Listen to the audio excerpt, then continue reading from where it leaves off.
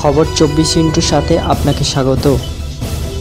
নতুন নতুন খবর জানার জন্য আমাদের চ্যানেলে চোখ রাখুন।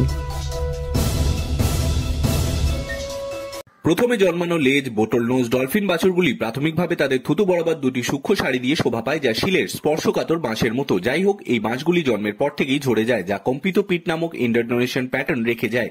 সম্প্রতি জার্মানির রোস্টক বিশ্ববিদ্যালয়ের গবেষক টিম হার্টনার এবং গুইডো হেন্ডার্ট সন্দেহ করতে শুরু করেছেন যে এই গর্তগুলি নিছক অবশিষ্টাংশের বাইরেও একটি উদ্দেশ্য পূরণ করতে পারে। তারা কি প্রাপ্তবয়স্ক বটলনোজ ডলফিনকে দুর্বল বৈদ্যুতিক ক্ষেত্রগুলি অনুভব করাতে পারে? একটি প্রাথমিক ঘনিষ্ঠ দৃষ্টিভঙ্গি গ্রহণ করে তারা বুঝতে পেরেছিল যে অবশিষ্ট গর্তগুলি সেই কাঠামোর সঙ্গে সাদৃশ্যপূর্ণ, যা হাঙরকে বৈদ্যুতিক ক্ষেত্র শনাক্ত করতে দেয়। এবং যখন তারা পরীক্ষা করে যে বন্দি বটলনোজ ডলফিন জলে বৈদ্যুতিক ক্ষেত্র অনুভব করতে পারে, তখন সমস্ত প্রাণী ক্ষেত্রটি অনুভব করেছিল। এটি দেখতে খুবই চিন্তাকর্ষক ছিল। ডেনহার্ট বলেছেন, যিনি সম্প্রতি অসাধারণ আবিষ্কারটি প্রকাশ করেছেন এবং কিভাবে প্রাণীরা তাদের বৈদ্যুতিক জ্ঞান ব্যবহার করতে পারে। পরীক্ষামূলক জীবনবিজ্ঞানের জার্নালে বটলনোজ ডলফিন কতটা সংবেদনশীল তা খুঁজে বের করার জন্য পানিতে জীবন প্রকৃতি দ্বারা উৎপাদিত বৈদ্যুতিক ক্ষেত্রের জন্য ডেকানহার্ট এবং হার্টনার নুরেনবার্গ চিড়িয়াখানায় লেজেন্ডো ভন ফরসেন এবং রক্সক বিশ্ববিদ্যালয় লার্স মেয়ার্সের সঙ্গে যৌথভাবে কাজ করেছেন। প্রথমে তারা দুটি বটলনোজ ডলফিন ডনা এবং ডলির সংবেদনশীলতা বিভিন্ন বৈদ্যুতিক ক্ষেত্রে পরীক্ষা করেছিলেন, যে ডলফিনগুলি বালুকাময় সমুদ্রের তলদেশে পুঁতে রাখা মাছ শনাক্ত করতে পারে কিনা।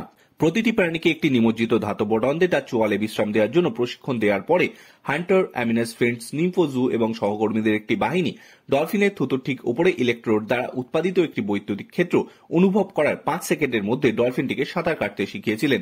ধীরে ধীরে বৈদ্যুতিক ক্ষেত্রটি 500 থেকে 2 মিলিঅ্যাম্পিয়ার সেমি পর্যন্ত কমিয়ে দরটি ট্র্যাক রাখে যে ডলফিনকে কতবার কিউতে চলে গেছে, এবং প্রভাবিত হয়েছিল ডোনা এবং ডলি শক্তিশালী ক্ষেত্রগুলির প্রতি সমানভাবে সংবেদনশীল ছিল, প্রায় প্রতিবারই সঠিকভাবে প্রস্থান করত। বৈদ্যুতিক ক্ষেত্রগুলি দুর্বল হয়ে পড়লেই এটি স্পষ্ট হয়ে ওঠে যে ডনা কিছুটা বেশি সংবেদনশীল ক্ষেত্র, যা 2.4 UV semi, Dolly 5.5 UV semi ক্ষেত্র সম্পর্কে সচেতন হয়ে ওঠে। যাই হোক, জীবিত প্রাণীদের দ্বারা উৎপাদিত বৈদ্যুতিক ক্ষেত্রগুলি কেবল স্থির নয়, মাছের ফুলকাগুলির স্পন্দনশীল নড়াচড়ার কারণে তাদের বৈদ্যুতিক ক্ষেত্রগুলি ওঠানামা করে। তাই ডোনা এবং ডলি কি স্পন্দন ক্ষেত্রগুলিতে বুঝতে পারে। এইবার দলটি ক্ষেত্র শক্তি হ্রাস করার সময় প্রতি সেকেন্ড 1, 5 এবং 25 বার বৈদ্যুতিক ক্ষেত্রগুলিকে স্পন্দিত করেছে, এবং নিশ্চিন্তভাবে যথেষ্ট ডলফিনরা ক্ষেত্রগুলিকে অনুভব করতে পারে। যাই হোক, কোনো প্রাণী বিকল্প ক্ষেত্রগুলির প্রতি ততটা সংবেদনশীল ছিল না যতটা তারা অপরিবর্তিত বৈদ্যুতিক ক্ষেত্রের প্রতি ছিল।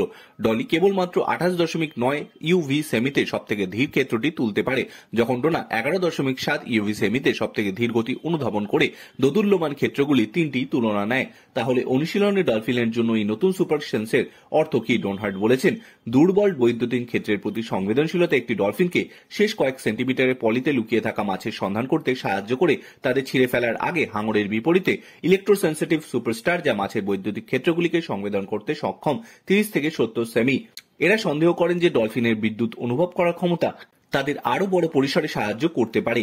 এই সংবেদনশীল ক্ষমতাটি পৃথিবীর চৌম্বক ক্ষেত্রের দাঁতযুক্ত তিমিগুলির অভিযোজন ব্যাখ্যা করতেও ব্যবহার করা যেতে পারে। ডেনহার্ট বলেছেন, ডলফিনরা 10 ms সাধারণ গতিতে পৃথিবীর চৌম্বক ক্ষেত্রের দুর্বল অঞ্চলের মধ্যে দিয়ে সাঁতার কাটলে একটি শনাক্তযোগ্য বৈদ্যুতিক উৎপতন হতে পারে তাদের শরীর জুড়ে 2.5 ইউভি পার সেমি ক্ষেত্র। এবং যদি প্রাণীরা দ্রুত সাঁতার কাটে, তাহলে তারা গ্রহের চৌম্বক ক্ষেত্রকে আরো বেশি অনুধাবন করতে পারে, যার ফলে তারা বৈদ্যুতিক ইন্দ্রিয় ব্যবহার করে চৌম্বকীয় মানচিত্রের মাধ্যমে পৃথিবীকে নেভিগেট করতে পারে। Reference Katrin Knight, 30 November 2023, journal of experimental biology দ্বারা বটলনোজ ডলফিনের বৈদ্যুতিক সুপারসেন্স তাদের বিশ্বে নেভিগেট করতে সাহায্য করতে পারে।